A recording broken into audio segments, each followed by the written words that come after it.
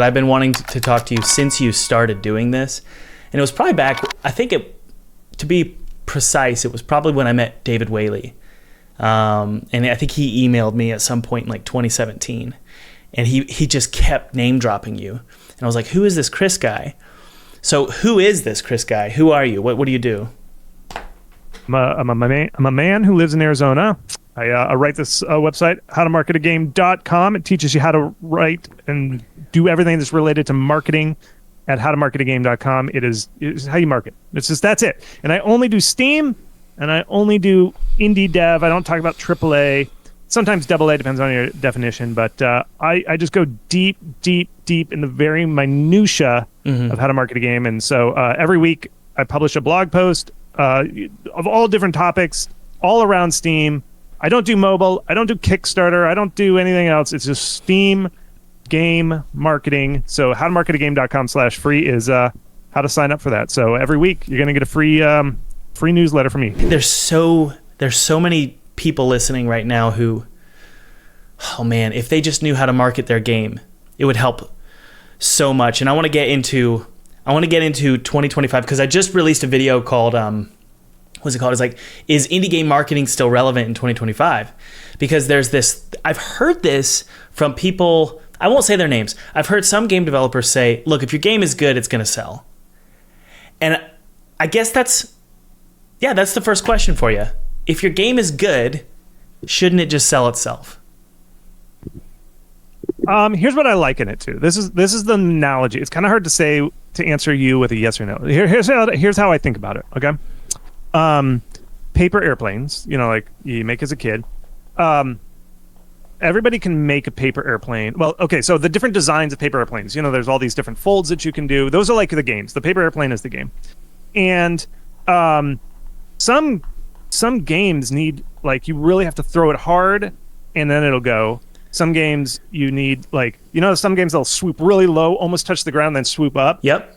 Games are crazy, like paper airplanes, where it's like, I'm never quite sure how to do it. But you always know, if I go to the top of if I stand on the roof of my house, I know when I stand on the roof of my house and throw that paper airplane, it's probably going to go further than if I were standing on the driveway and try and throw that paper airplane. Gotcha. And that's essentially what marketing is you're just standing taller so that you can throw that airplane and it'll probably go further. Right. I mean, some people make terrible paper airplanes, but they market them well. So they're standing on the roof, but it's just like a balled up ball of paper and they throw it and then it falls and they're like, see, marketing doesn't work. It's like, well, yeah, you made a bad paper airplane. Yeah. You made a crumpled up ball of paper.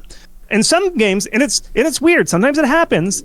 You will be on the driveway and you'll throw that paper airplane and it just soars. And you're like, see, marketing doesn't matter. I just threw this airplane. But the way to think about it is, well, okay, you did great standing on there. Think of how much further if you had thrown that paper airplane on the roof. You would have gone twice as far and you already did great. So that's kind of how I think of marketing. It's a combination of how the airplane is built and then how high you go when you throw that airplane. Okay, can a great game... I asked this question. I think I've asked this question to every single podcast guest, and I don't know if I've ever agreed with anybody. And let's see if I agree with you. Can a great game, using your analogy, fail? Can it crash and burn on the pavement? I mean, yeah, if you don't market it right. Really? I do think you need to market it right. See, I've heard some game developers say no. It's like you trust the Steam algorithm and it'll just project you up. No, I think there's some decent games that didn't get marketed right. Yeah, I think it's always like there'll be games where it's like, man, if they just marketed that game a little better, they would have done so much better. I see that a lot. Why is that? Because so the Steam so I'm gonna drop some analogies left and right here, Tom. I love them. They help me so much. So please keep doing it. Okay, so here's a different analogy. It's kind of like basketball, or I'm trying to think of a good sport. Okay, so it's like the Steam algorithm is just a bunch of rules. People say algorithms. It's just rules. Yep. And there are certain rules that you have to have that are kind of there to play the game of Steam. And think of it as like basketball. And some people show up, and they might be really good at sports. Like, they could be good at basketball, but they start playing soccer. Like, they start kicking the ball, and you're like, no, that's not that. We're playing basketball. You have to hit it with your hands. And they're like, no, I'm playing soccer here. And you're like, it's actually illegal to kick the ball. You have to hit it with your hands. Right. And they're like, no, I didn't come here to play basketball. I was like, well, you paid the entry fee. You're paying 30% to play basketball. Why don't you follow the basketball rules? And they're like, no, that's not my vision. And it's like, okay, well, what are you doing here? And so I don't remember the question, but the analogy is basketball. I guess the question was... So my thought is like, yes, you do have to market, and you have to kind of understand the rules of the game that you're playing and the rules of the algorithm of Steam have some certain things. So I think you should play them, and there's some strengths. You know, if you're like a good outside shooter, you should probably go for a bunch of threes. You know, you should probably stand back here and start launching the ball because you're really good at that distance. And I see a lot of devs, I'm like, you're really good at this. Why don't you do this thing? And they're like, no, it's not part of my vision. It's like, you're really good at it, though. Yeah. And that's the frustration I see is... I think to your question of like, well, a good game that's not marketed right, it's like, man, you're not working at your optimal level for the rules that we're playing here. Well, the way that I sort of interpreted your answer is in the basketball analogy, which is, it's the second analogy of probably 100, which is amazing. I want you to do as many analogies as you can because it helps me. Get ready. So much. We're up to 2. That's right. If I were to use an analogy for an algorithm, it's not God. That's my analogy. Is a lot of people see. Okay, that's very smart. The algorithm is not God. Okay, all right. Meaning it's not perfect and omnipresent, and it knows that your game is great. Right? It's going to pick up the good games as best as it can, but some good games, some great games, you need to poke the algorithm. You need to pray to that God. Right? You really need to like poke it and say, hey, listen, this game is good. It's got 10,000 wish lists. It's got 50,000 wish lists. You can't get away with not poking that genie or that God. You have to tell it, right? Yeah, okay, we're getting theoretical here for times. Whoa. So, I am no theologian. Let me just break it down. Let me just give you some examples here. I'll break it down to specific levels. Yeah. Okay. So there's a game, and I think it's called Terminus Survivors, and it's this Korean dev. He's Korean, and it's a great game, and it's done pretty well. Like my mark for a good game, like whether it's succeeded, is if it gets 1,000 reviews. Like the Steam algorithm, to get to 1,000 reviews within the Steam algorithm is very tough. It's very hard. In this game, I look at every game that has ever made 1,000 reviews every year, because there's only about, I'd say 600 to 700 of those. And of that, a smaller subset are indie games. And so I look at every game that reaches 1,000 reviews. And I found this one. It was this game called Terminus Survivors. I think that's good. It's either Terminus Survival or Terminus Survivors. It's this like really pixel, like it's not the prettiest game. It's endearingly cute, but it's a zombie apocalypse survival. It's Terminus Zombie Survivors is what it's called. That's it. And so this is a great test case. Yeah. Now the guy, it's an early access game, and the guy went to early access launch. He just went from early access to 1.0, and that bump got him a lot of sales. I haven't checked recently, but he did a very good transition. I was like, wow, because the game, I scrape all the data and I look, and this game had a terrible, very slow up ramp, and then it succeeded in early access transition to 1.0. The algorithm picked it up and put it in front of everybody's face. At 1.0. At 1.0. Okay. And the guy launched with everything I say not to do. The guy launched with like maybe 100 wish lists, because I can go back and look at his data and stuff. And I asked him, I interviewed him. He was one of the blog. I wrote a blog about this guy because I was like, man, who is this guy? Yeah. He launched in Korean only. The game only had Korean at its early access launch, which is death. That's death. Yes. And like everything. And despite all that, he ground it out and just started adding languages and patching it and doing this stuff. And it slowly took off. Okay. And after tons of patches and all this stuff, I consider this a successful financial game, and he violated every single rule that I say back there. And so people are like, see, marketing doesn't work. And it's like, yeah, but again, just the analogy, this is not a new analogy. I'm going back to analogy number 1. It's like the airplane thing. Yeah. He just happened to have it, but like a good airplane that you could throw on the driveway and do well. No one saw the infection. This guy could have done so much better if he just climbed up on the roof and thrown it. Like, and here's the straight up, this is hard facts. Like, okay, he launched. Steam will give you visibility when you launch your game. Okay, when you launch whether it's early access or 1.0, when you launch, not post a Steam page, that's a different thing. That's called coming soon. When you launch a game, Valve will give you free visibility. I mean, not free because you're paying 30%. So I'm always like, take as much of that 30% as you can. This guy did not use all those tools. And the tools are, if you get around 5,000 to 7,000 wish lists, they'll put you on the front page. And then if you convert those 5 to 7,000, they'll put you on the new and trending list. Right. And then if you get, they give you this thing called discovery queue. Once you hit 10 reviews, they put you in the discovery queue, and then they put your game all over the place. Right. Well, in other words, they give you free visibility. It's called the discovery queue. You're probably not paying enough attention to it. Everybody listening, the discovery queue is, if there is a god, it is the discovery queue. Right. And then that would also give you lots of visibility. But because he launched in Korean with no wish lists, he essentially forfeited all that visibility. And I know, based on how good his game is, it would have done fantastic when he did that early access launch. Right. And then he would have started so high, he would have earned so much money at that point that it would have given him so much development funds that he could just funded this game for a while. And then when he went to his early access to 1.0 transition, so much higher on top of that. And so it's not an argument of like, is this game good? Is it the marketing good or that? It's just, I just see it as a missed opportunity. Yeah. It's such a missed opportunity that this guy, because he didn't know the algorithm and stuff like that, he just missed out on. And it's like, that's an example of what I'm saying, where it's like, here's a good game that was marketed wrong. I was like, man, you would be, I know you did so well. You got 1,000 reviews. You're doing awesome, but you would have done so much better. Right. If you just followed the rules, knew the algorithm. I gotcha. Worshipped the algorithm god or whatever we are going to talk theologically. But well, that's how I think about marketing when I see this stuff. And the way that I think about it, and I think this is sort of a good sort of start to this podcast, honestly, because what we're trying to do right now for everybody listening is we're trying to justify marketing. Like, is it worth your time because there's so many things you got to do as an indie game developer. The big question is, is it worthy of my time?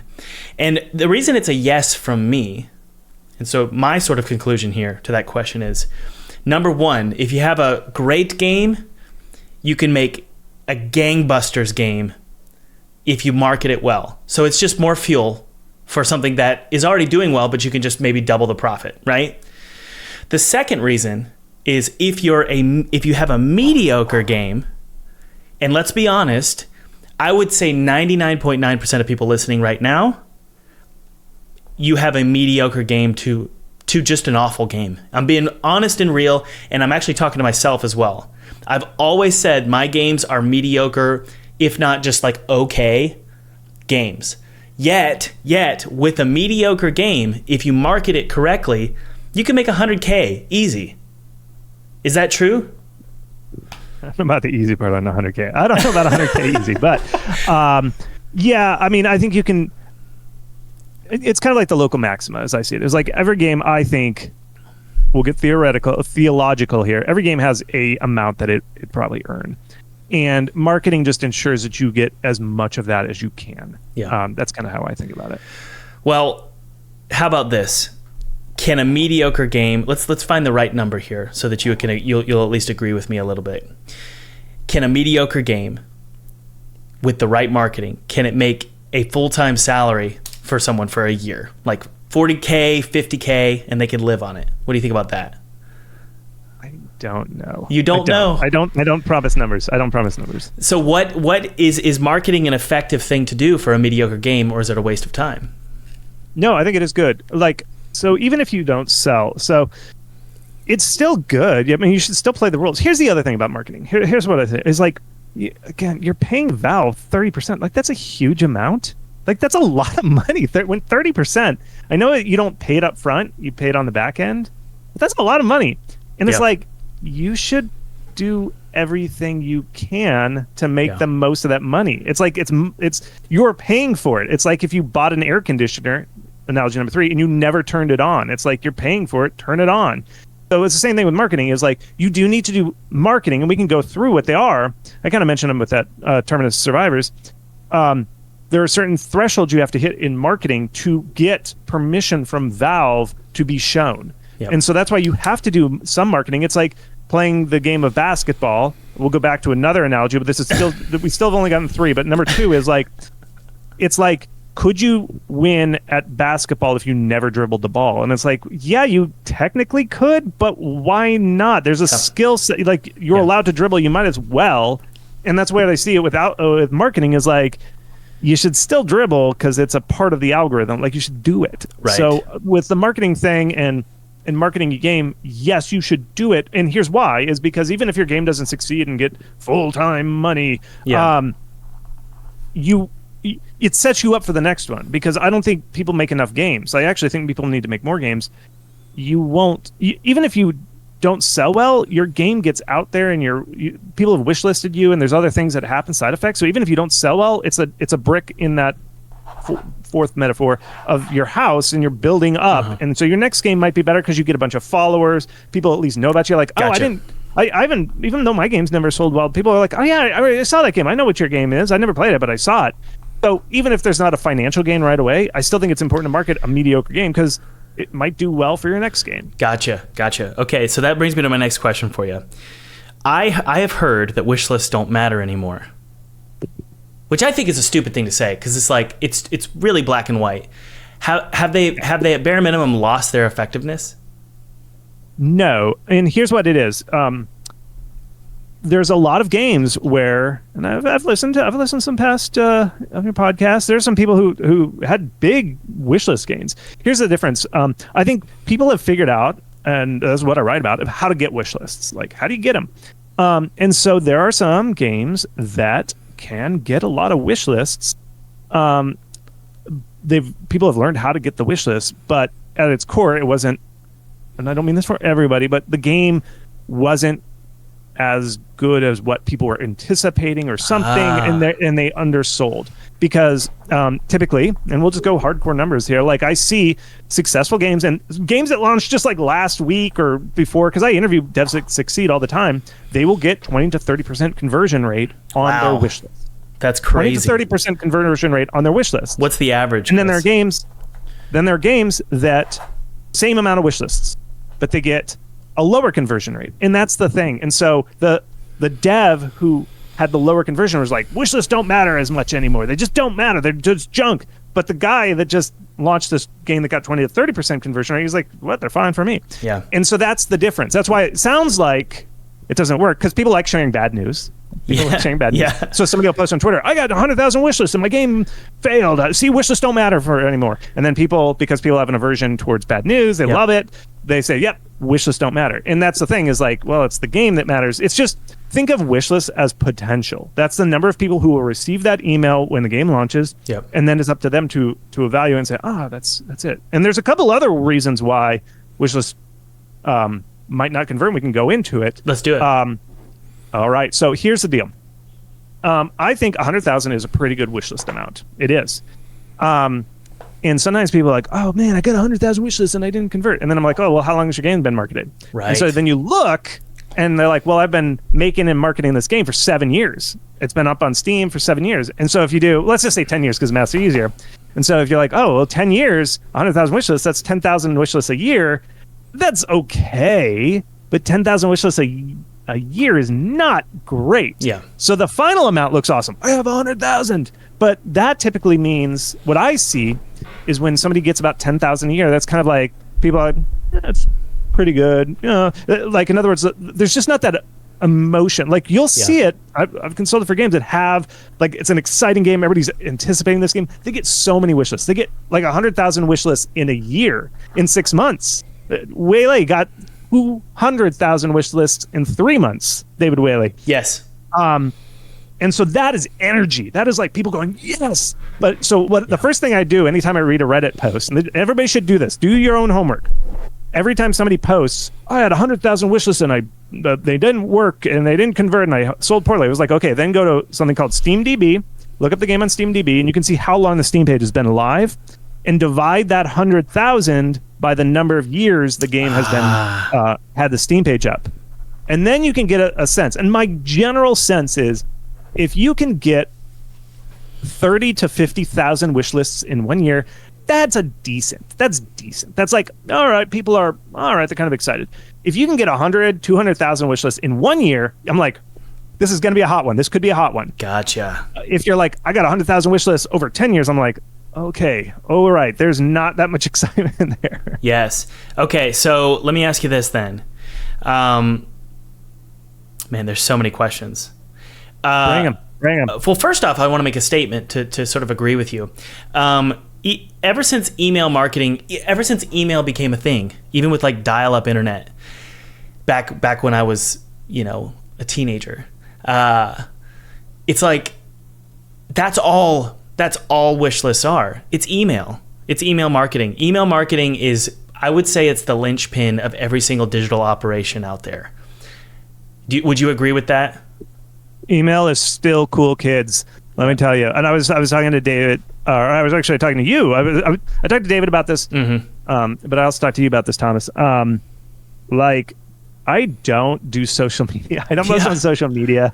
I don't have I have a YouTube channel, but I don't post to it very often. I do it when I use it as a video repository. I'm like, yeah, here's a cool video. I'm making a full-time living off of an email list. I know. It is still cool, kids. I know it doesn't seem like it, but email is cool. And the next, somebody's going to put in the comments, yeah, well, my kid's 14, or my brother's 14 years old, and he doesn't read email. It's because he's 14. He doesn't drive. All right, and you still need a car to survive. It's just people get email addresses. People think because they're kids, that they don't check their email. It's because they're kids. Yeah. All right, kids don't have anything responsibilities. As soon as that 14-year-old gets a job, they're going to need an email address, and they're going to check it a lot because their paycheck comes in there. If they get bills, their bills are going to come in through their email address. It's not because they're 14 and 14-year-olds don't care about email more. Yeah. It's because it's a kid. Well, So once you become an adult, it's like your bar mitzvah or something. Here's analogy number 5. You become aware of emails. And then you're like, yeah, I love emails. So the kids are going to learn to love email. It's one of the constants of the universe. Email marketing. Even if for some reason email marketing dies, which I don't think it will, not for a long time, I think the replacement is going to be something like Discord. Essentially, regardless of whether it's email or Discord or whatever, all you're doing with the Steam wish list is you're gathering contact information for people who are interested in your game. That's all it is. The difference, though, between a Steam wish list, aka a Steam email list that they own, and a email list that you own, like let's say it's on MailChimp or Squarespace or whatever, the difference is that your wish, and it's really a question for you. This is my next question: is would you rather have a list of 100,000 email addresses that you own? Or would you rather have 100,000 wish lists for your game on Steam? I know I just talked to email, but here I would rather have 100,000 wish lists. Me too. Why is that? It's coming in hot. So here's why. Okay. I'd like both, but here's why. Here's the other thing you have to know is, and this is Steam. Is not like a website. A lot of people treat it like a website. They treat Steam like it's a repository, like, oh, I upload my game and then I point traffic to it. It is not. It is its own weather system. And what happens is, if you're in the ecosystem of Steam, you get that 100,000. When you get about 100,000 wish lists, you can actually phone up Steam. I always do this. I always go phone them up. And you can say, I got 100,000 wish lists. Can I get a pop-up? And then they're like, just 1 second. And they dial you up and they're like, yeah, you can have a pop-up. What you do is you go, I have 100,000 wish lists. I'm launching on next weekend or next week. Let's do it. Can I have a pop-up? Okay. And they'll look at their thing and they're like, oh yeah, maybe. And I'll get to that in a second. What happens is that 100,000 wish list is currency that you can spend inside of Steam. And what Steam has done is within Steam, that algorithm is very good at sharing people. So when you have a lot of wish lists, you get shared within Steam. So I do a lot of analysis, like people will give me their data. Half of all traffic comes from Steam itself. Like half of all traffic is generated from Steam algorithm itself. Mm-hmm. That is where you get your visibility is Steam. You don't market your own game. Like it's not like a website where it's like us email marketers direct response marketing. That's a totally different thing from Steam because we can do the math. We can be like, okay, 10 people joined my mailing list, 4 people clicked the link, 2 people bought it. It's this clear funnel. Yep. It's very Newtonian. It's very Einsteinian physics. Okay. But when it comes in from the other side, from Steam, it is quantum mechanics. It is like, oh my God, there's like all of a sudden people are coming in this way, that way, that way. There's no clear funnel. And so what happens is the reason I'd like that 100,000 wish lists is because then I can use that within the ecosystem of Steam to get much more visibility than my 100,000 email subscribers. But before we go, the one thing is I'd still like that 100,000 because what we can do is you can kickstart the algorithm, and we'll talk about this in the future. I'll bend one of your questions to answer this. Yeah. The real point of marketing is to trigger the Steam algorithm to go crazy for you. Correct. Okay. Correct. That's why I'd rather have 100,000 wish lists. Now, this leads me to my next question, Chris. This is a truly mysterious. It's a question that's boggled my mind for a couple years now. Can I build an audience on Steam for my future games? So, for example, I get 100,000 wish. Let's say I'm David Whaley, which I'm very jealous of, and I hate his guts right now. But he has 300,000 wish lists, which is what I think he told me 200, but maybe it's already at 300,000, and it's for We Harvest Shadows, which is an amazing game. Let's say I have 300,000 wish lists. Is it possible to keep and use that audience for my future games? Okay, kind of. Yeah, a little bit. It's 200,000. I just wrote a blog post. Oh, it's 200. Okay, David, and so it's 220, and he gave me the stats just a few days ago. So if you, I don't know when this is going live, but if you check howtomarketagame.com, you can read the thing. So it is 220. But anyway, I still hate him. You still hate him. I like it. He is the nicest guy. I'm just kidding. So, I love David. He's one of my really good friends. But no, I am very jealous. I am jealous. I will, and I've told that to him to his face. So. What happens? There are you can do it. It's not as clean as like an email. Right. Again, Steam is like quantum mechanics. It is shocking how little fans care about us as developers. Yeah, I know. It sounds like indie. Oh, you're indie. That doesn't mean you're like everybody falls in love. Everybody loves indies because they fall in love with indies, and it's like we're rock stars or something. That's the image people have when they become indie game developers. Like we're the same as I'm like a singer songwriter. Yeah. That is not true because they just do not follow us. I think it's because our art is well removed from us, so it's like you don't see the person performing the art like you do a musician. So our art is very. Way at arm's length. We're way back in there, even more than filmmakers. I think we're even worse than filmmakers about getting our face out there. And so people, for the most part, 99% of the time, just don't care about us as developers. And so I have seen games, and like a game Peglin, and there's another game called Dome Keeper. Both of those guys had games previously. They released games, totally different genre. And you would expect, like, man, these were hit games, Peglin and Dome Keeper. You'd expect, oh, man, I bet they, when you find a hit band, you're like, oh, let me go listen to their back catalog. No, nobody went back and played their old games. You can look at their sales stats. They'll do big things with their main game, and it has zero impact on their old games. Nobody cares about us, okay? But here's what you can do to your question about whether you can use that leverage of 100,000. You can try and get people to follow you as a publisher when you publish yourself on Steam. Yes. So people can follow you. You also, I think the more critical thing is that you have your game, and if you make the type of game that's endlessly replayable, you can publish widgets on your thing. I would code this up where it's like on your game's splash screen, like when they start the main menu, I'd have a news item that pops up that you can dynamically update that says like, hey, my next game's coming. Brilliant. That attention is what's important. Gotcha. So that everybody who launches your game plays it, they're like, oh, there's a new game. I'll click that. That is a very potent thing. Yeah. There's other things, and this is more for Steam. If you've launched a game that is done very well, and by very well, I mean about 150 to 200,000 minimum gross revenue, US dollars, before Steam's cut, you can phone up Steam. Here comes the Steam phone. Steam phone coming in.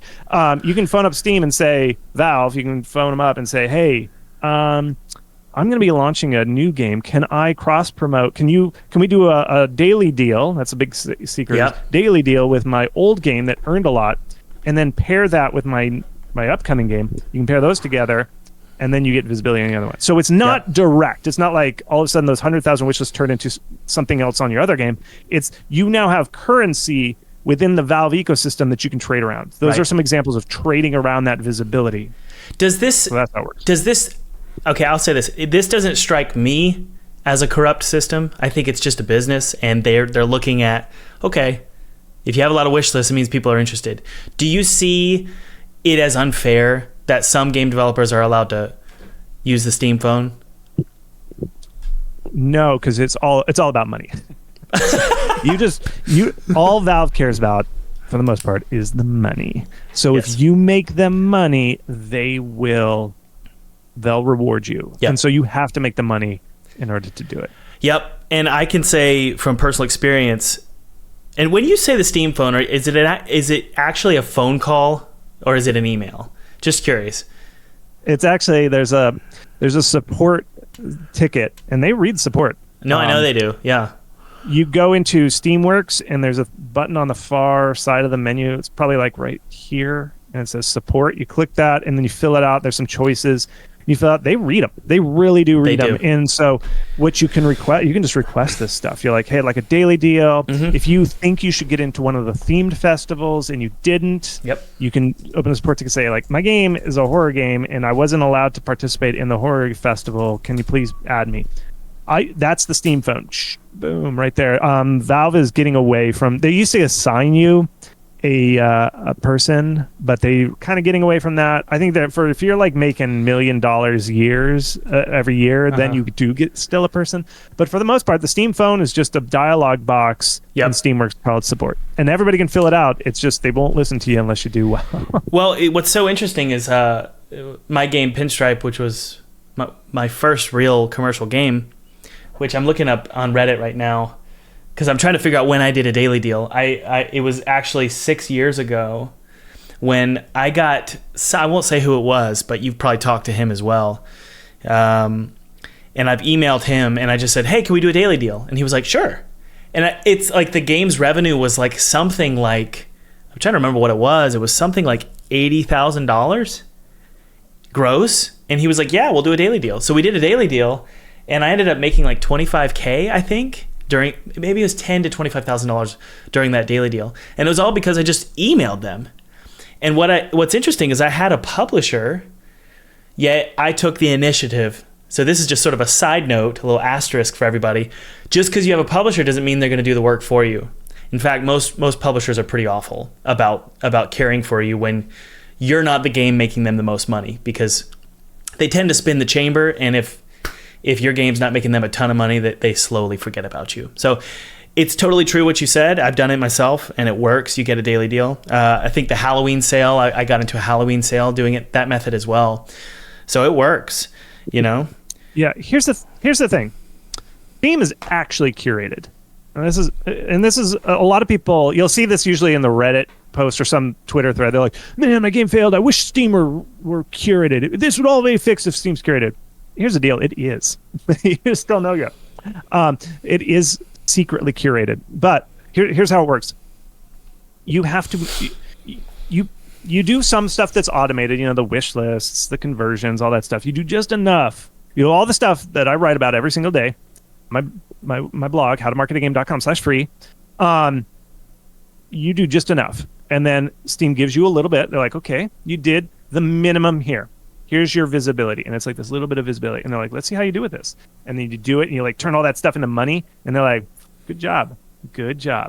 And then you can go, all right. And so you get 100,000 from that. I call it real Steam. Once you get about 150,000, 200 minimum, I call that real Steam. 200,000 what? Sorry. $1,000, about $150,000 to $200,000 US pre-Steam cut, just gross revenue. Yep. For your game. Yep. In general, you're kind of on Steam's radar.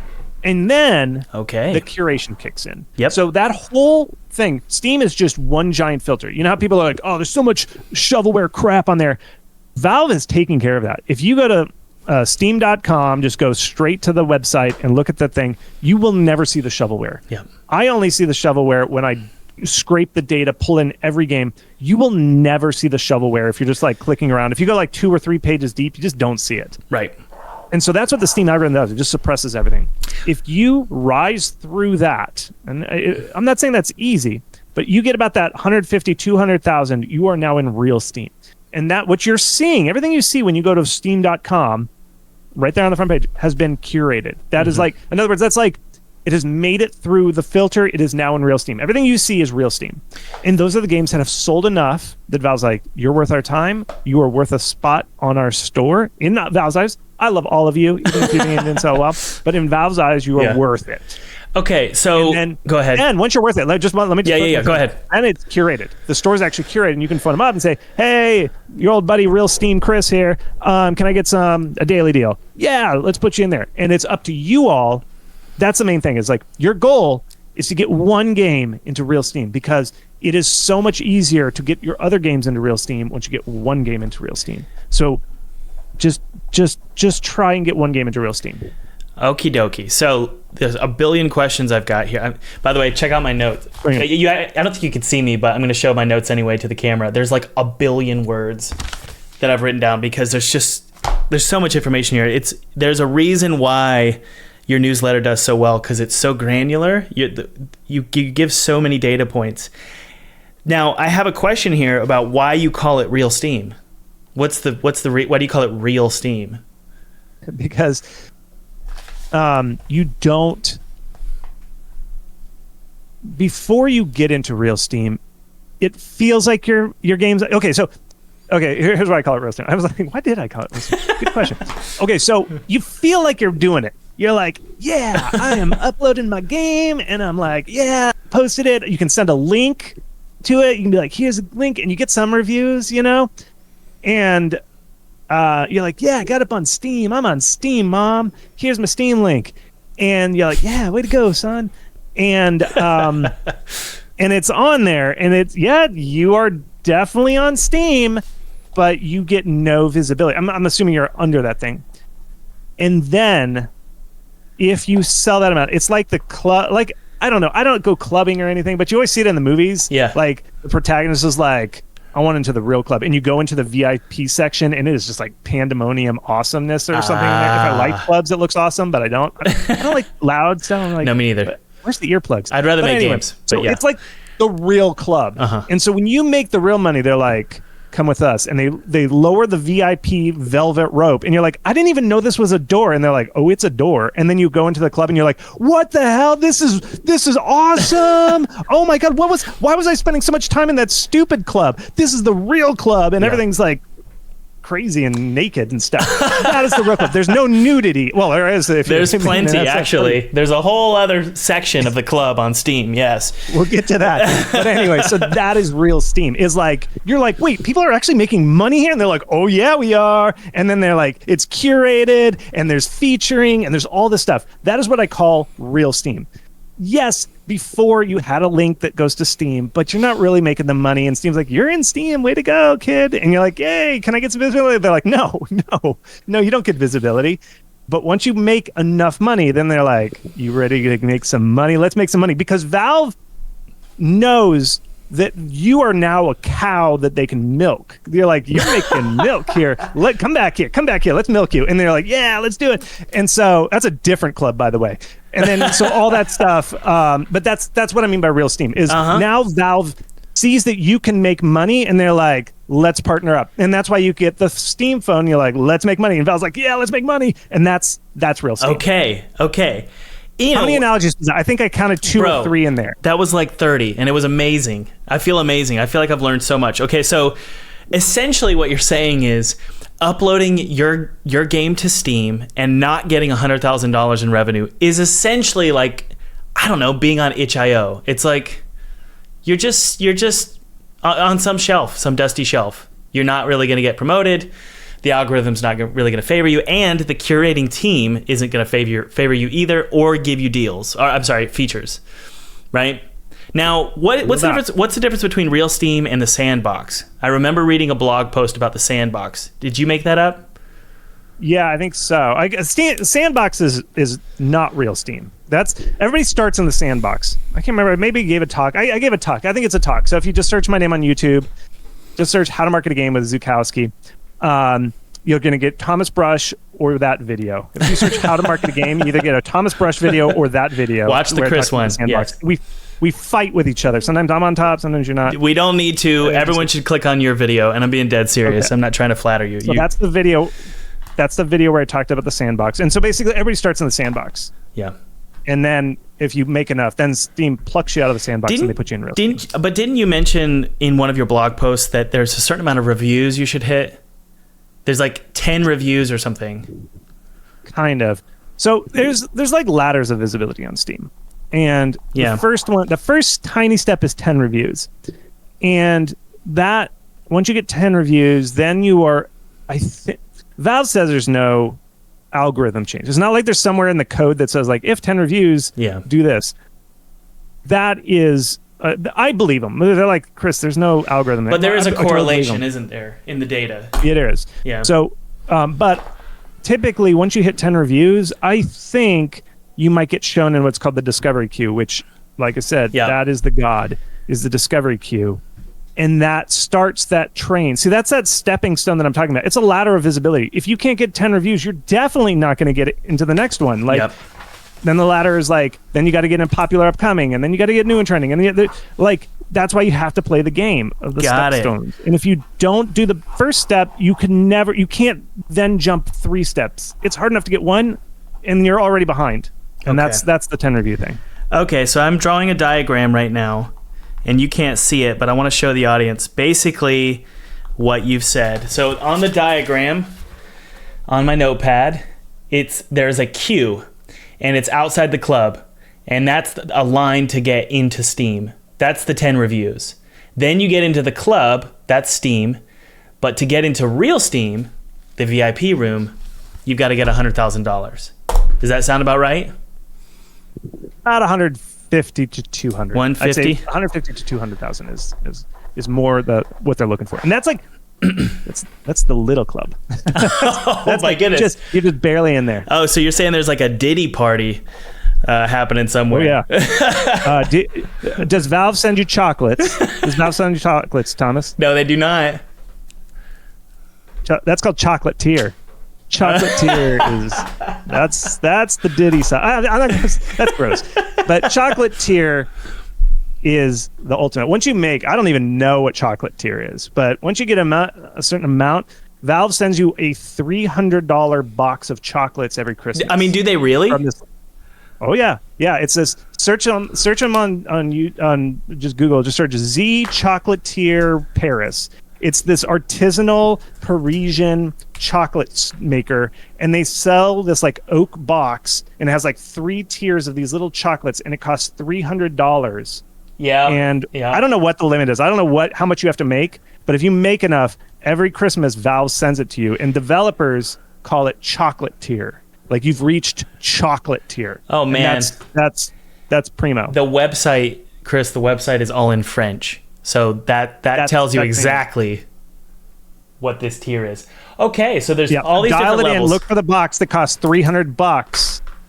Valve gives you that $300 box every Christmas. Oh my goodness! See, I could buy one. Here's the thing, folks. I'm gonna keep you positive. Let's a comparison is a theft of joy. Just go treat yourselves. Everybody, go buy that $300 box. When you think about it, you're like, oh, I want the $300 box. But you're like, you just made Valve like $1 million and you get one $300 box of chocolates. Do the math. That's not a great conversion.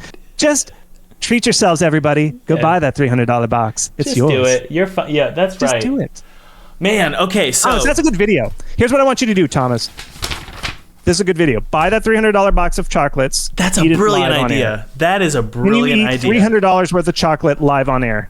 Dude, that's like the title is 1% of Steam developers are getting. What do you think the percentage is of people getting this chocolate? Oh, it's not. It's like 0.001%. Yeah, it's like 0.01%. Yeah. How about this? If David does it, if David Wheely or your next game does it, you should live on air eat that box of chocolates. That is, oh man, we'll go to a club too. Absolutely. Okay, so how do we get wish lists, Chris? Okay. Here's the trick. You're not going to tweet yourself to wish lists. Like, you're not going to Reddit post your way to wish lists. The way you get wish lists is you go to somebody with a big audience and you knock on their door and you say, "Can you show my game to your audience?" That's it. That is how you get wish lists. It is not you, like, because I see these devs, they're like, "I post it on Twitter every single day and I'm not getting wish lists." Or they're like, "I post every time I can on Reddit. I post on Reddit Sundays where I post anything and I only get 30 wish lists. Why am I not getting wish lists? How do people get 220? You knock on the door of visibility. You have a big person and you say, "Can I show my game to your audience?" And this is the curation. See, basically Valve has offloaded the curation to somebody else. The whole internet is what Valve has abdicated that curation to. So let's just talk. We've been talking about David all the time because he's such a great guy. Like what he did, and if you read my blog post on howtomarketagame.com, when you read that blog post from him, the first step he took was he did the investigative work and he found Jeff Keighley's email address and he knocked on Jeff Keighley's door and he said, "Look at my game. Can I show my game to your audience?" And Jeff was like, "That game looks good." Yes. And so Jeff Keighley showed his game during the Gamescom festival. They played his trailer and his trailer's awesome and it did good. And he said, "Yeah, you can have it. You can have it, David. You know, go for it." Yep. But David then, and this is what the real pros do. He was like, "I'm not happy just with that." So then he took that email from Jeff and he walked down the street and he knocked on the door of IGN and he said, "Jeff Keighley just gave me visibility." It hadn't happened yet. He was just like, "I'm getting into this GameComs festival. IGN, would you like to have an exclusive trailer?" And IGN's like, "Well, if Jeff did it, that's a sign of quality. Yep. We'll do it too." So David gave them an extended trailer because Jeff was like, "You only get 90 seconds." Yep. And he's like, "Well, my trailer's 2 minutes." And Jeff's like, "I don't care. It's 90 minutes. You get 90 seconds." And so then David was like, "Well, IGN, do you want the full uncut, like red label trailer?" And they're like, "Heck yeah." And so now he traded Jeff's visibility to IGN's visibility, and then IGN's like, "Yeah." So now he's just turned that into that. That's how you do it. It is, notice how all of that is personal connection. It is like, and it's not like he knew somebody. I mean, he kind of did, but he just tracked him down. He did investigative work to find the email address of Jeff and then somebody at IGN, and he just played them off of each other, and they gave him that visibility. That, in a nutshell, is how you get wish lists. Okay, so devil's advocate here. I don't know if it's devil's advocate. Maybe it's just a little bit of a defense of why you can potentially tweet, Instagram, TikTok, and YouTube your way into wish lists. My theory is you may not be getting wish lists, but you will be building an audience, and you will potentially be one of those people that people are reaching out to, right? So like if you slowly build up your audience on Twitter as a successful game developer and you have a following of 20 to 100,000 people on Twitter or YouTube or whatever, like I've done, that was only done because I tweeted and because I created content about my games. And now I have that leverage and I have that audience that, I mean, I don't have Jeff's audience, but I do have a big audience now. You know what I mean? There's a couple of types of games that can do it. One of them was this game called Tiny Glade. Oh yeah, they were on the podcast. howtomarketagame.com. They weren't. Look at my Tiny Glade thing. And they took my class, and what they did was what I recommend, which is they tried some little tweets, and it was just black and white, and they just showed like their level editor in black and white, and it was like on a gray box, and it looked awesome. And that went viral. Yep. If your game is like super beautiful. Now these Tiny Glade folks, people who made Tiny Glade, they are former VFX artists at like Unreal, I believe. Uh-huh. So they're like AAA quality game developers. If your game is like super duper visually amazing, and I don't just mean like, yeah, like your mom's going like, yeah, it's pretty good, or you're like, oh, I'm a good artist.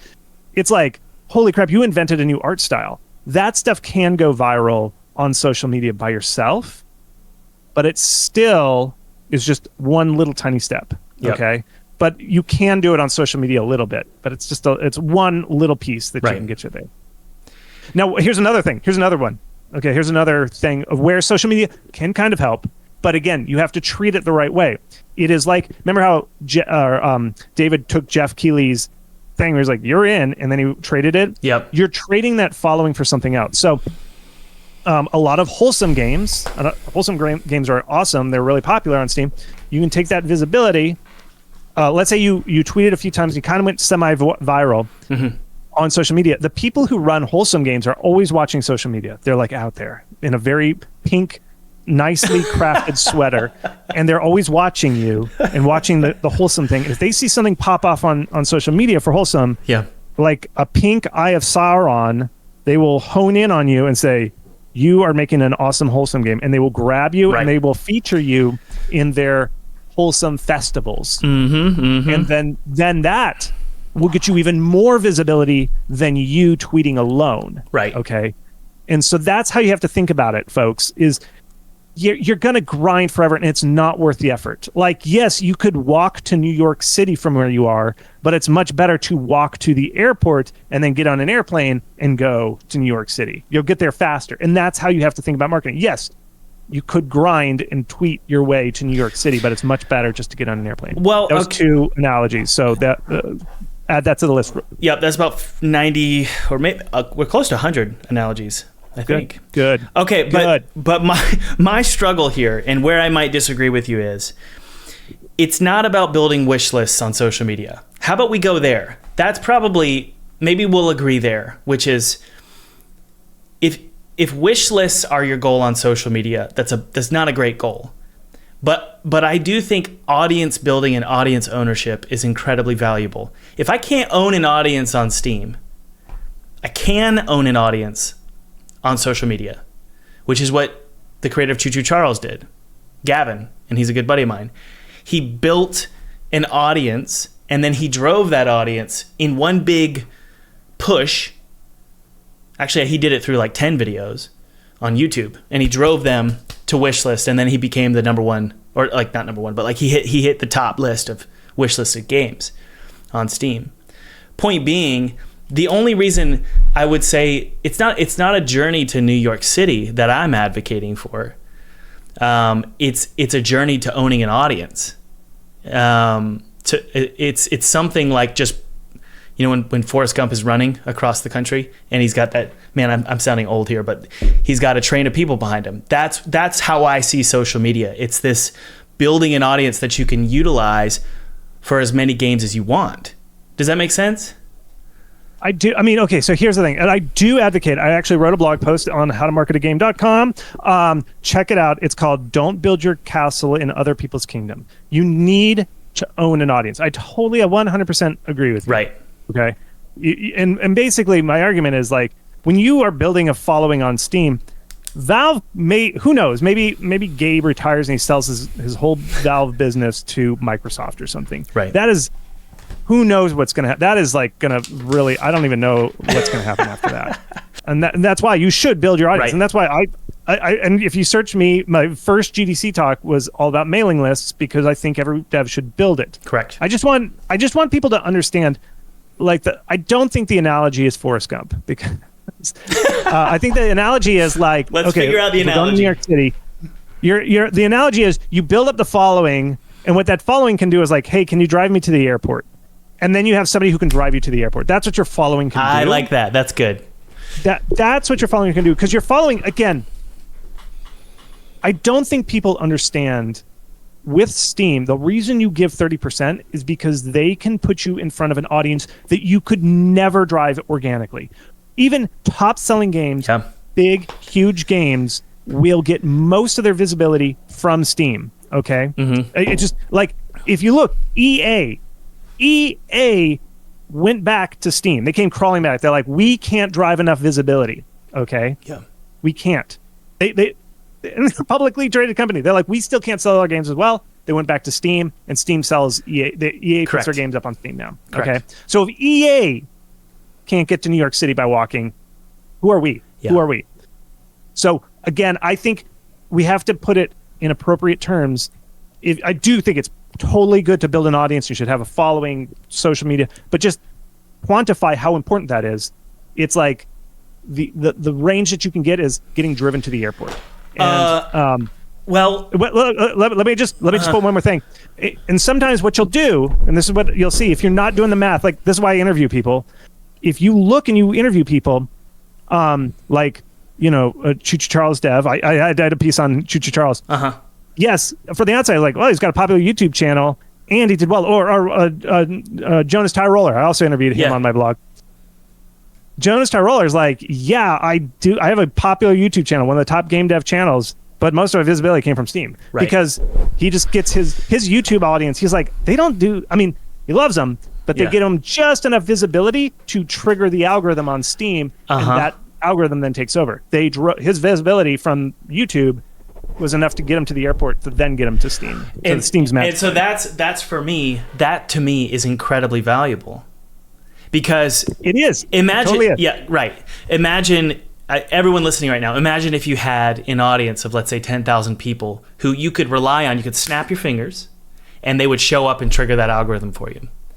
And so that's why, for me, I'm all about brand building and like audience building and just accumulating an audience, because it's sort of an insurance policy for game devs. I think in 2020, and I want to talk all about 2025, and well, this year kind of sucked for game developers, and I want to talk all about what we can do differently in 2025. But all that said, in 2025, my goal, and I was talking to Thomas Sala about this, he's the creator of The Falconeer. It's a great podcast, and he's all about building an audience and owning that audience and building that brand, so that it's like an insurance policy. It's you'd pretty much just know, as long as I make another game, they'll show up, and they'll, like you said, trigger the algorithm.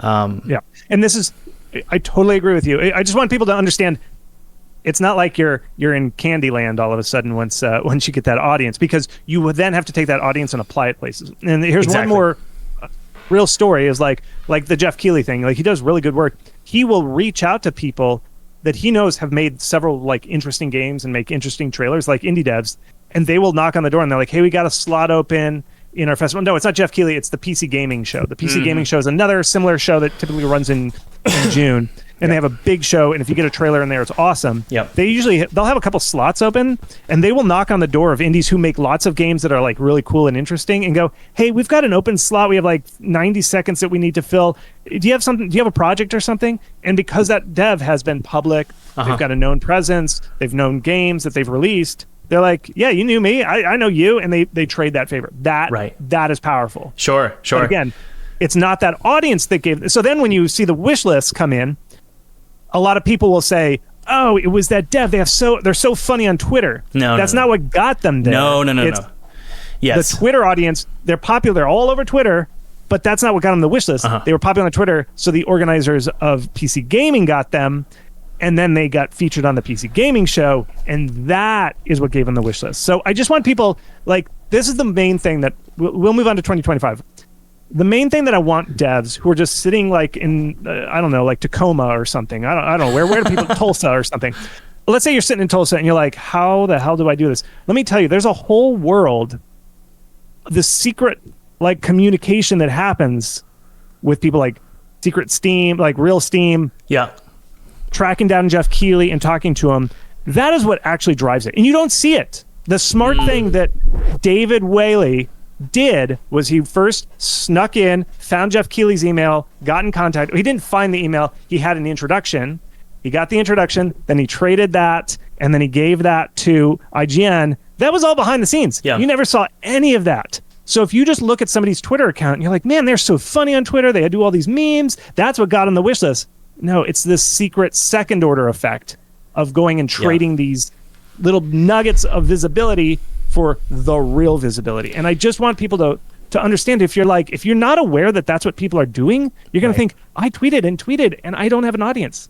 You can't. You got to go do that extra work of tracking down Jeff Keighley, getting the introduction, and trading that for another thing. That's what actually works. That was the main thing. Let me tell you, like, it took me like 7 years to figure that out, of just like interviewing devs and like, oh, so that is how it works. It's all the secret stuff that you don't see that actually matters. Man, I think people listening right now are probably discouraged a little bit because, and you know, who cares? I mean, I love everybody listening, but at the end of the day, it's like, if it's truth is going to help you, and we just got to accept what's true.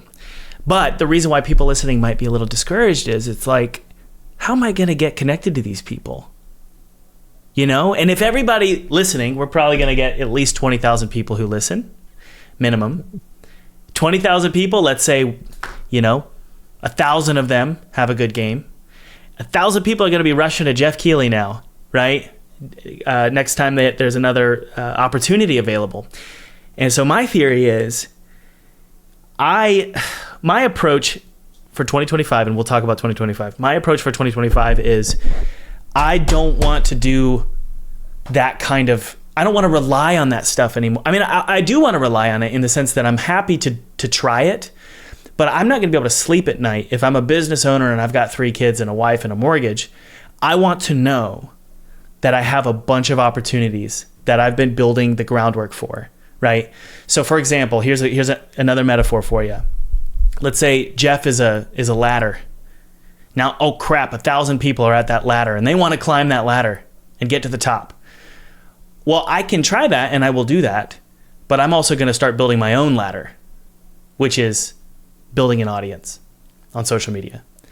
And I am not a huge ladder, but I am a little bit of a ladder as a YouTuber and I do have a social media presence. So it's nice to have multiple sort of levers I can pull when I need to pull them. And also, for the record, for people listening, I didn't used to use my channel and my social media presence as leverage to get deals, but I can do it. And I have done it recently where I'm just like, whoop, pull that lever. Thomas has 400,000 subscribers. Bang, got a deal. And so that helps. And it does help you get more connections, right? So I just want to put that out there. And I'm sure you don't really disagree with me there about any of that, but I just wanted to mention it. So, no, I agree. I totally agree with that. Yep. Okay, 2025. Now, first off, was 2024 a bleak year for game devs, or is that a misnomer? I mean, I don't know the bleak ratings. I haven't done the bleak analysis. I think here's why. I don't know. It's bleak for a bunch of different reasons. I mean, a lot of people lost their job. I don't know. I don't follow the industry. One thing I don't follow is I don't do the stats of like how many people had a job and then how many people lost a job. I just don't know that. So I can't, I mean, it sucks. I saw a lot of people lose their jobs. How many? I don't know. I haven't done that analysis. I don't typically do that because I mainly talk to people who do this. And I know people and they're like, it's really hard to get funding. Like if you go to a publisher, it's hard to get funding and the money's kind of dried up. I don't like vibes. Okay. Yeah. And people are like, I feel like this.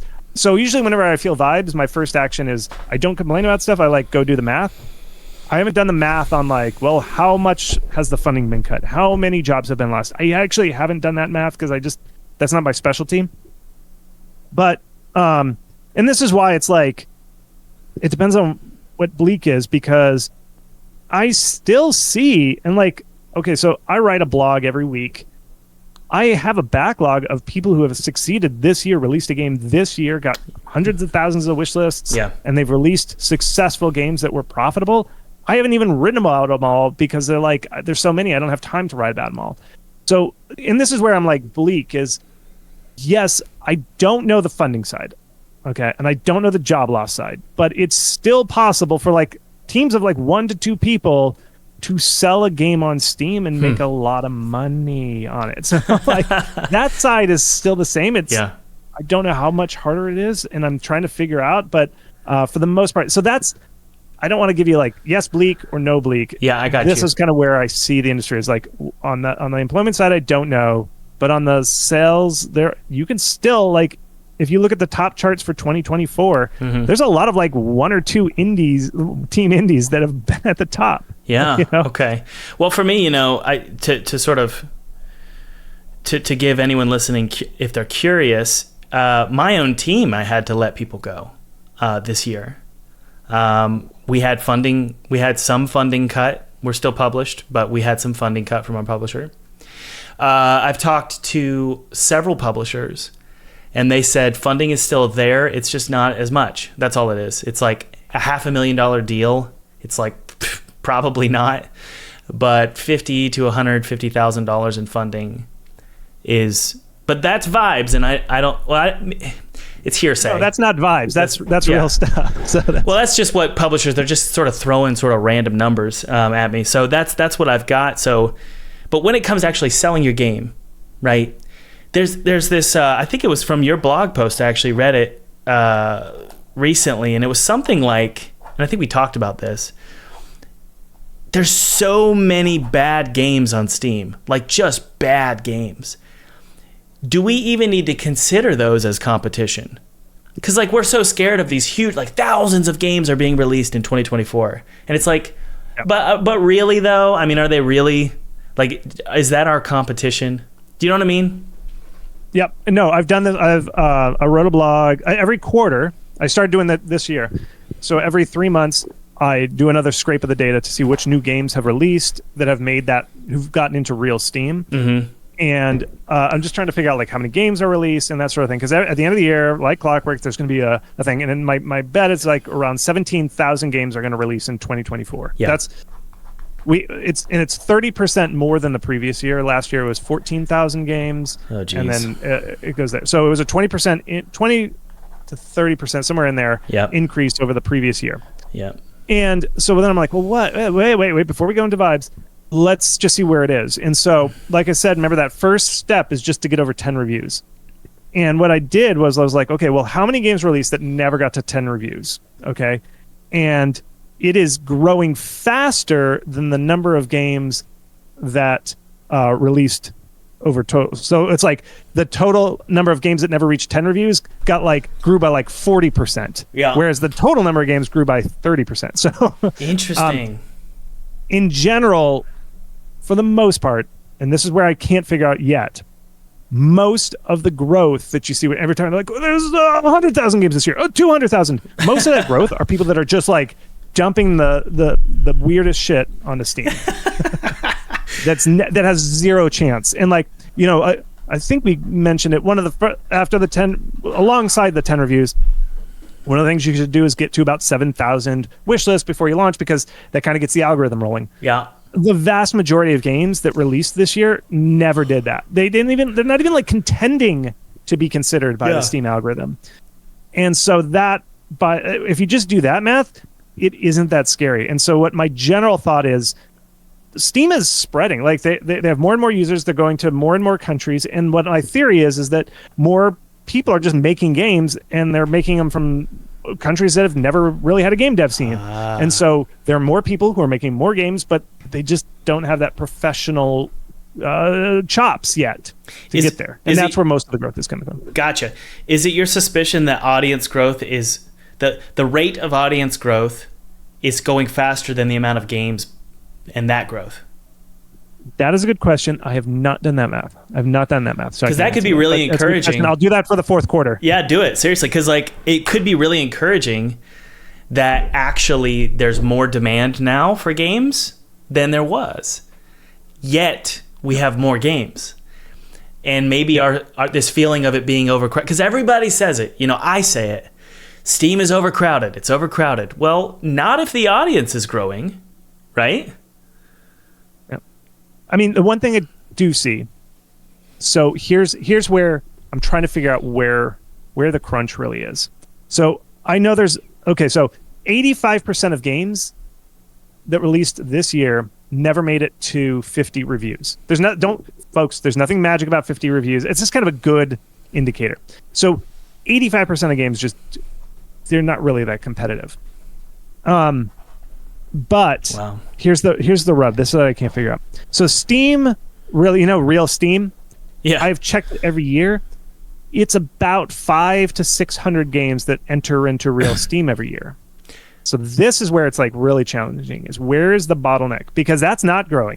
I know that for a fact. It's always around 500 to 600 indie games per year make it to real Steam, regardless of the growth. So somewhere there's a pinch in the hose. Theory. Go ahead. Yeah, my theory is it's right around the 150 review mark. There's like right around, in other words, like, I think that's where we're kind of getting the build up, where they're games that are doing better than 50 reviews. They're like a professional team. They're doing good. They have experience maybe in the industry. And it's right around 150 to 200 reviews. This is vibes. Okay, I am getting into vibes here. It's right around there that it's like, I think there's a big like aneurysm. There's just like a whole bunch of blood swelling behind that. And that's a bunch of games that just don't generate enough excitement to break through that. And I think that's where you're seeing, and those are like funded games. I've seen a lot of like games that are backed by a publisher that kind of stall out right at 150 to 200 reviews. They kind of get stuck there. I think that's where the glut is. Yeah. So there's a couple things here. There's audience size. There's but there's also shelf space. You know, it's like how much more cluttered can the Steam front page be?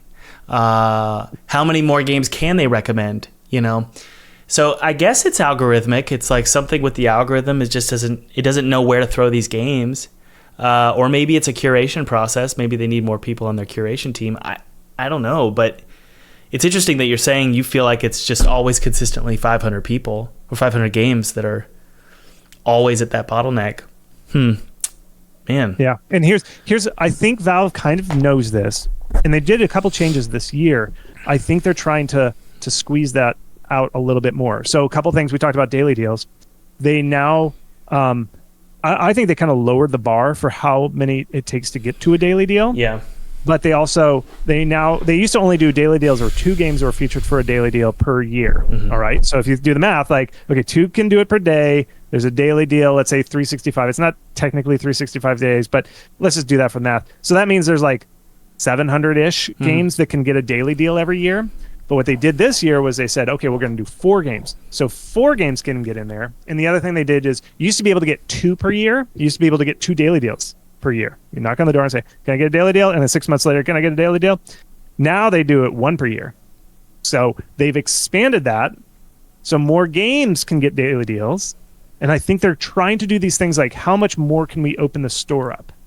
But then you do the math and you're like, well, and I had some devs who said, well, I got a daily deal this year and it wasn't as good. And it's like, well, that's what equity looks like. It's like, you're not going to do as well because you don't get in as long as you did before. And there's 3 other games beside yours that it's doing that, and you can only run it once per year. So you kind of see this tension that's happening.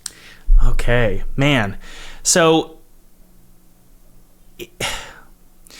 indie game developers who are thinking about, and this can't be a fully objective question because you and I both I run courses, I have courses, you sell courses, so it's difficult for us to appear objective in our answer. But I would ask that you are, to the best of your ability. Is indie game dev a high risk career in 2025? Absolutely. Okay, Absolutely. Me too. I agree. It's gambling. It's gambling. If you look at my course page, I don't ever promise money. And I don't either. I do not say either. Like, you could definitely, if you take my course, you can get this. It is too much. It's highly unpredictable. Yep. It's tough. Is it tougher in 2025 than it would be in, let's say, 2009? I don't know. And the reason is, like, there's more resources now. Yeah. I think it's technically easier to make a game. Like, there's more resources. The engines are better. The graphics are better. But I think there is more competition, but I think if you're smart about it. So I don't have a clean, like, easy answer here. I just think that here's what I think it is. You have to be more disciplined now than you did back in 2009. In what way? Okay, so, and this kind of goes to the funding, and I think where some of the funding is coming from, some of the funding crunches.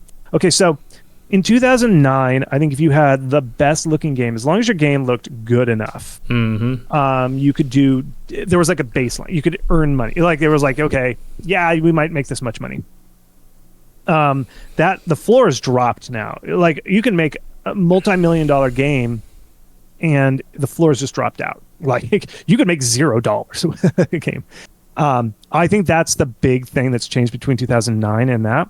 And so this is the discipline thing. For a long time, when credit was cheaper, when money was cheaper because the interest rates and stuff, publishers were just throwing money at indies. And so you could grow your team like crazy. And I think that's some of the thing is like, well, we'll just grow the team and we'll make a better game with a bigger team. Right. But when the floor dropped out, when it's like you could almost literally make $0 with your game, the money bags, the publishers and the funders were like, ooh, that's not good. And so now they're being much more conservative. Nowadays, I think, versus 2009, I think it's better to have a smaller team and make a smaller game. And this is the discipline that I mean. Yeah. And I think the thing that we are learning as devs and we're learning as publishers are learning is that it's like, we can't just throw money at anything to make it win. Correct. We have to be smart. And I think it's if I was talking risk, I think it's much less risky to be a small 1, 2, 3 person team making a game a year than it is to be this mid-tier where it's like, yeah, we got like 20 people and we're making a game that's taken 3 years. That is very, very hard to make a game profitable with that. Yep.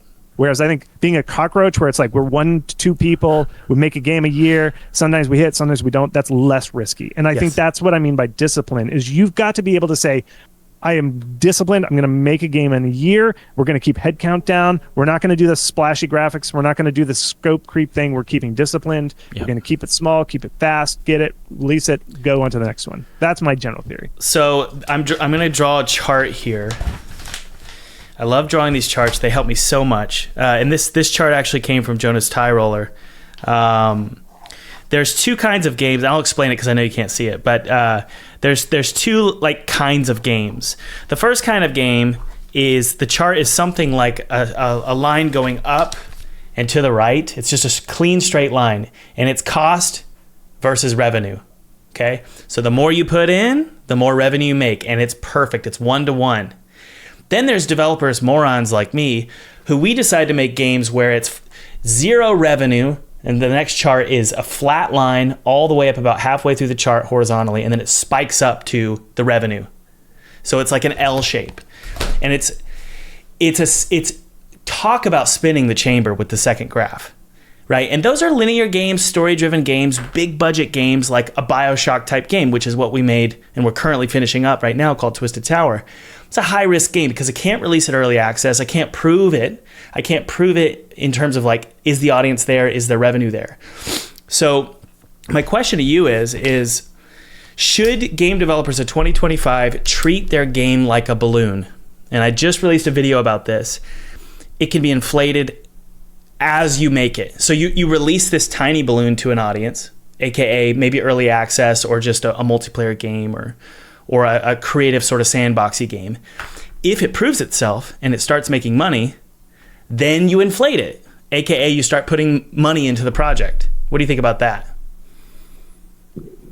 Kind of. Does that count as a metaphor? The balloon kind of one of my metaphors or yours? No, that is mine. Gross metaphor. Okay, that's yours. Okay, for that those is folks mine. at home, however you want to do the metaphor count. I don't know. And here's what I think.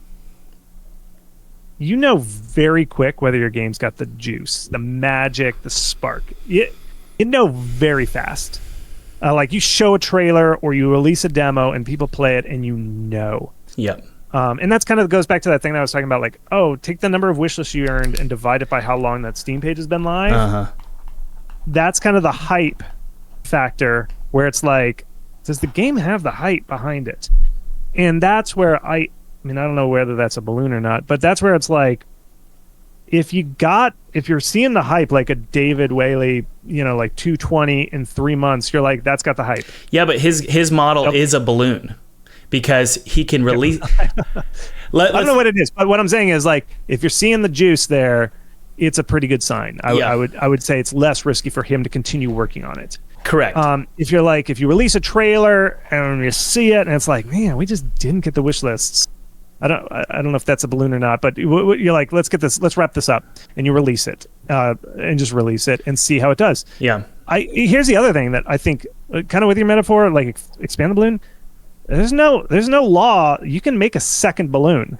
So, in other words, like, you made a tower defense game and it did pretty good. Not great, did okay.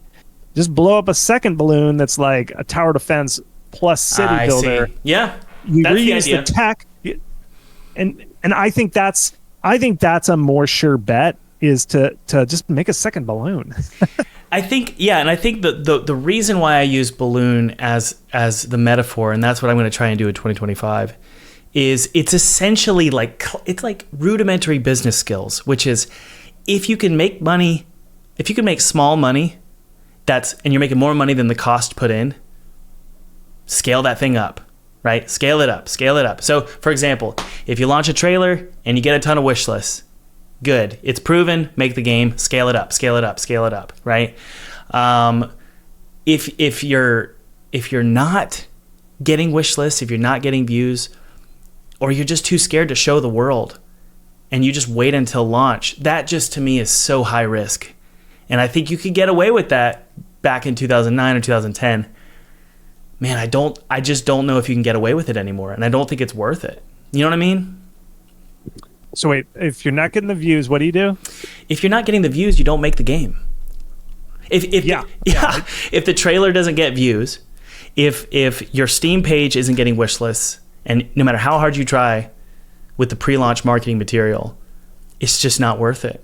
It's not worth finishing the game. Unless you love making the game. You know what I mean? Yeah, I agree. Here's one other thing is, there are games that just don't look good that are what I call infinitely deep games. There's a good game I wrote about them last year. They released last year, I think. It's called Cosmotier. If you look it up, the game's not. I mean, I love the game. It looks good. It's charming, I should say, but it's not amazing graphics. If you tried to make a trailer out of Cosmotier, I don't think it would do well. Right. But this game has done fantastic because the guy marketed it by putting the entire game up on itch.io, and you could play this game infinitely, forever and ever.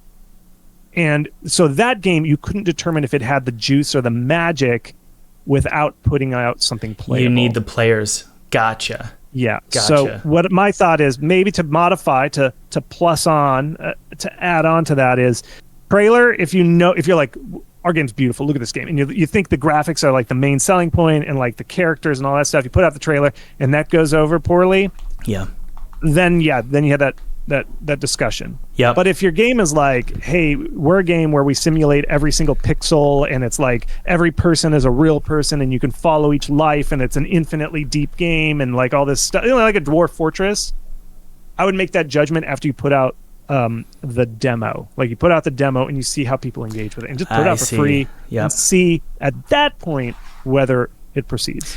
So a trailer generally, it could be enough to prove whether a game is valid. Yes or no?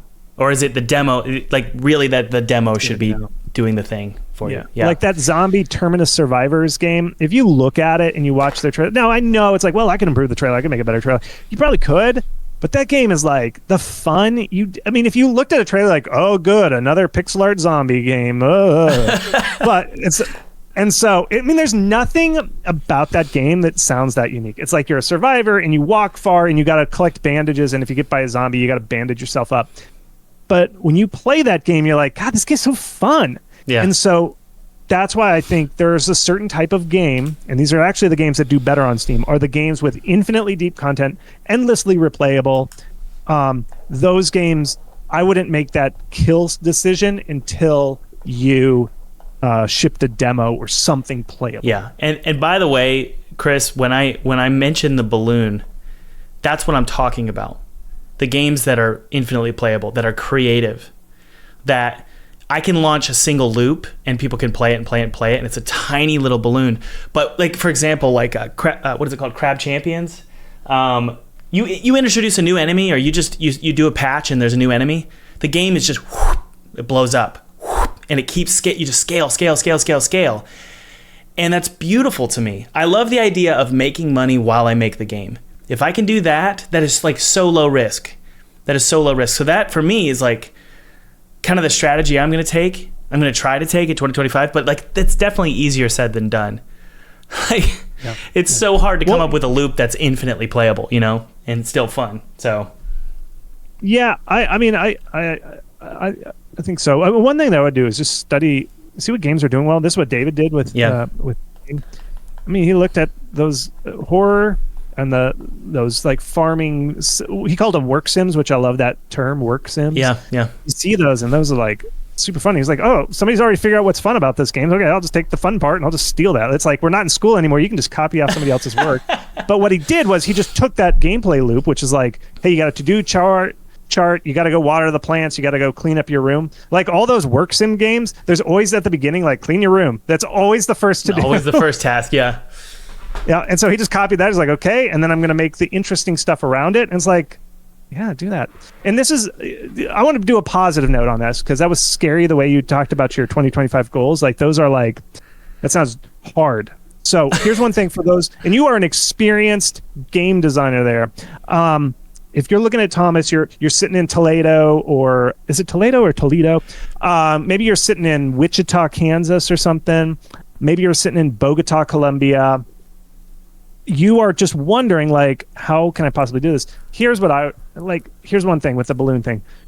If you ever go to the fair and you see those guys that can make the balloon, I'm gonna plus up your balloon thing. You see those guys that make those like amazing balloon animals, like it's a hat and it's got like a pinwheel that spins. You're like, what the hell? And you talk to that balloon guy and he's like, yeah, well, my business, I'm gonna really make double balloons now. I'm gonna make balloons within balloons, and I'm gonna have a hat that's a hat. And you're like, oh Jesus, like what the heck am I gonna do? Listen, if you're sitting in Bogota, Colombia, just blow one balloon. Yep. It doesn't even have to be financially viable. It's hard. I remember when I was a little kid, I couldn't even blow up a balloon. Like it takes a lot of lung power. It took me a lot of practice just to blow one balloon. Yep. And so if you're sitting at home and you've never released a game, and here's Thomas talking about like, oh, we'll kill the game at the trailer level. It's not even worth finishing. I wrote a blog over at howtomarketagame.com called The Missing Middle. And this is one thing that I don't think devs, now that a game can make $1 million, everybody expects to make $1 million on a game. Back in the day, we're talking the 2009s when the Flash portals were, every dev back then was like, I'm here to make $10,000 to $20,000 because that's what you'd make. Like you'd negotiate with like an ad platform, and they're like, "We'll buy your game. We host it on our site for $20,000," and you'd be like, "Awesome, I won." That's how much I made. Yeah, that's how much I made. If you release a game, yeah, you did it. And if you release a game nowadays, $20,000, you're like, "I'm a failure. I completely failed. I'm a fail. You're like, no. That used to be normal. Yeah. So what my thought is like, hey, indie devs, if you've never made a game, remember, like what Thomas is saying is like he's a successful guy with like employees. My thought is like just try and get one balloon blown, like just enough so that you can tie it off. You did one, then do 3. Make a nice little bouquet of little tiny balloons that are like this big. Don't worry about it at first. You've got to learn just how to release a game. 100%. 100%. Know this advice is depending on how many games you've released. Yeah. Because I don't think this is the big thing that I think.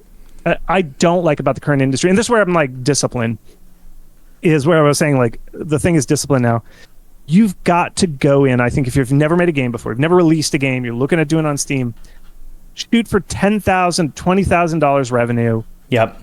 Try and get those reviews, and those 10 reviews that I was talking about. Just the most minimal game that takes you like 6 months. It's not going to be the best game. If you make $10,000, you did good. Then you make another one that's $10,000. Then maybe you make another one that's $30,000. Then you're like, okay, now I know. Then you can kind of like, now you can pull the kill switch. You're like, well, it's not pulling the numbers. Now I can kill it. Yeah. So that's one thing that I think we've really, the harder thing about the industry nowadays is the expectations are so high that they outpace our skill set when we're just starting out. So everybody quits before they get to their thing. And I'll end this with one stat that I did the scrape. And the stat that I'm looking at is like the number of studios that have released more than one game. Well, okay, there's 75% of studios on Steam have released one game and one game only, and then they just disappear. The number of studios that have released 2 games is like 5%.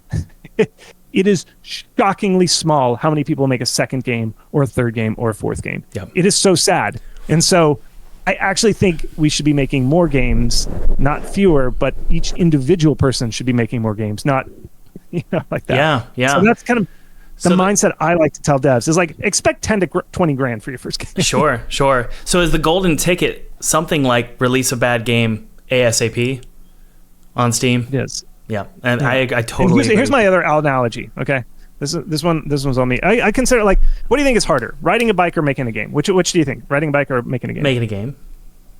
Yeah, of course. And the first time you got on a two-wheeler, did you get off and like run the Tour de France? No. You fell down. Yeah. Right? And then the second time you got up, did you fall down or did you ride the Tour de France? I've never ridden the Tour de France. Okay, see? So here's the thing. It's like, you got to know that it's like the first like 30, 40, 50 times you ride a bike, you're going to fall down. So make them quick, make them small. And it's just like, I feel like the expectations, again, once games could start making $1 million, devs are like, well, this is my first game. I'm going to sink 10 years in on this. I'm going to hire some people. I'm going to get $500,000 worth of funding from publishers, and I am going to make $1 million game. It's like, holy crap, just try and steady yourself on the game. Just try and like learn how to ride a bike, and then maybe your fourth or fifth game, then you can shoot for the. It's just too, like, you can't ride a bike right off the bat. What makes you think you could like do the most epic thing, which is like ride the Tour de France? So sure, exactly. I think that's a really good metaphor, man. Because the thing is like, not only is it'd be one thing if you were falling off a bike onto a mattress, but if you fall off a bike and you skin your knee, your body is your brain is brilliant, and it's like, what are all the things, like your brain starts firing and it says all the different things that I did wrong, and you just know subconsciously what you did wrong. And that's why when you release a game,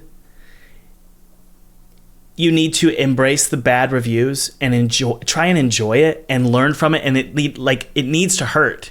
It needs to hurt. And I've released hundreds of videos on YouTube, and I've released, I think it was like 3 games before my first commercial game.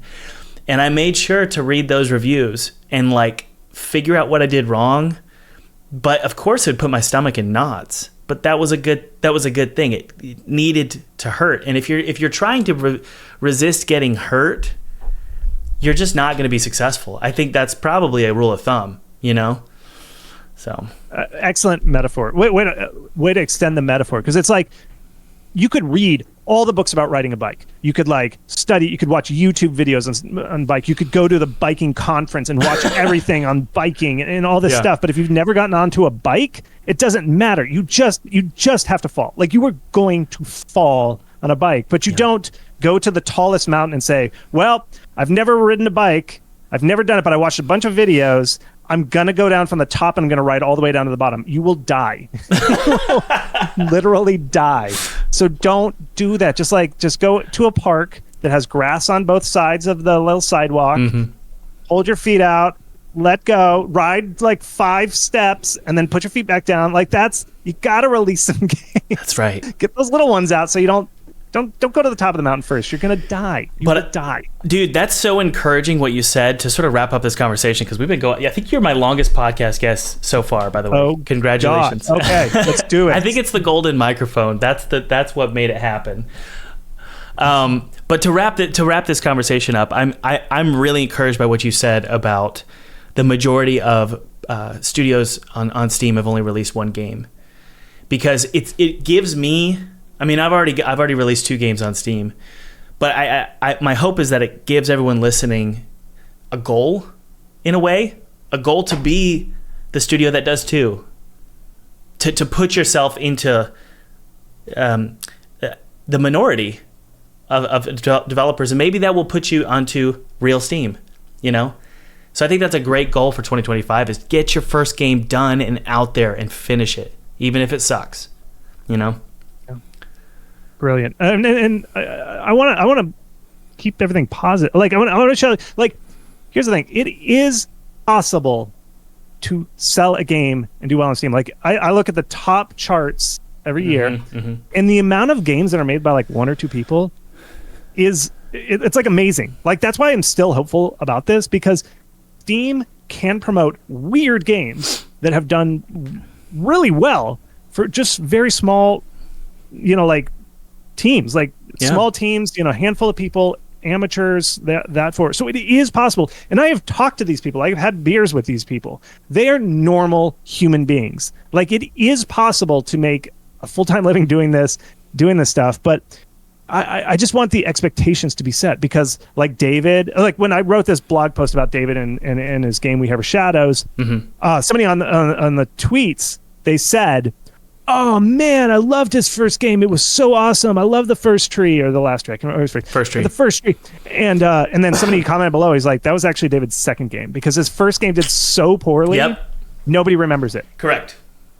100%. And so that's what everybody forgets. Like, so many games that I profiled that had successes, they made a game that totally bombed. Like, didn't even get 10 reviews. Yep. So many. So you've got to fail with a couple games. 100%. That is a really, really good note to end on. So, dude, Chris, thank you so much for your time, man. This was so helpful.